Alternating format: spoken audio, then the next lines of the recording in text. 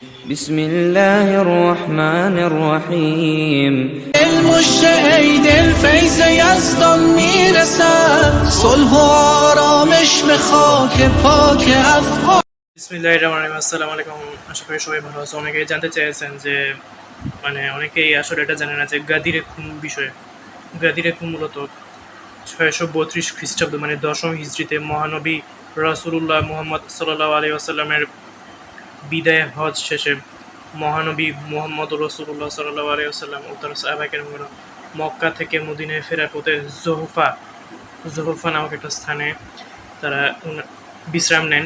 বিশ্রামের পরে 18ই জিলহজ আসে। 18ই জিলহজ দুপুরে সেই জুহফায় গাদিরে খুমের নামক একটা স্থানের সামনে প্রিয় নবী রাসূল করিম হযরত মুহাম্মদ সাল্লাল্লাহু আলাইহি ওয়াসাল্লাম তিনি একটা গুরুত্বপূর্ণ খুতবা দেন। সেখানে জোহরের নামাজের পরে সেখানে তিনি হযরত আলী রাদিয়াল্লাহু আনহুর সম্মান সহ নবী পরিবারের সম্মান নিয়ে গুরুত্বপূর্ণ কথা বলেন এবং সেখানে তিনি এক পর্যায়ে হযরত আলী রাদিয়াল্লাহু আনহুর হাত ধরে বলেন, মান কুনতু মাওলা ফাহাদা আলীন মাওলা আল্লামা আলী মান ওয়ালা ওয়াদি মান আদা, অর্থাৎ আমি যার মাওলা আলী রাদিয়াল্লাহু আনহু তার মাওলা, হে আল্লাহ যারা আলীর সাথে বন্ধুত্ব করে তাদের বন্ধু আপনি হন, যারা আলীর সাথে শত্রুতা করে তাদের আপনি শত্রু হন। এই হাদিসটা তিরমিজিতে আছে, মুসনাদে আহমদে আছে, আর আসওয়াইকুল মুহাইরিকাতে আছে। ইমাম তিরমিজি এই হাদিসটাকে সহিহ বলেছিলেন, নাসিরউদ্দিন আলবানী এই হাদিসটাকে সহিহ বলেছিলেন, তবে হাফিজ ইবনে তাইমিয়া এটাকে জয়ীফ বলেছিলেন।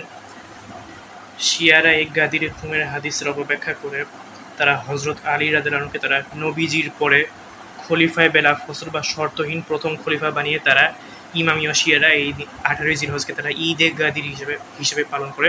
তবে আমরা সুন্নি মুসলমানরা কেউ ঈদে গাদির পালন করি না, কারণ ঈদে গাদির যে উদ্দেশ্যে বর্তমানে যারা পালন করতেছে এদের উদ্দেশ্য সঠিক নয়।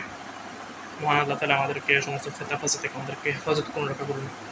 এই গাদিরে খুন মূলত ওই সময় যারা বিরোধী পক্ষ যারা হযরত আলী রাদিয়াল্লাহু আনহুর উপরে অপবাদ দিয়েছিল তাদেরকে হযরত আলী রাদিয়াল্লাহু আনহুর প্রতি অনুগত হওয়ার জন্য এই ঘটনাটা হয়েছিল।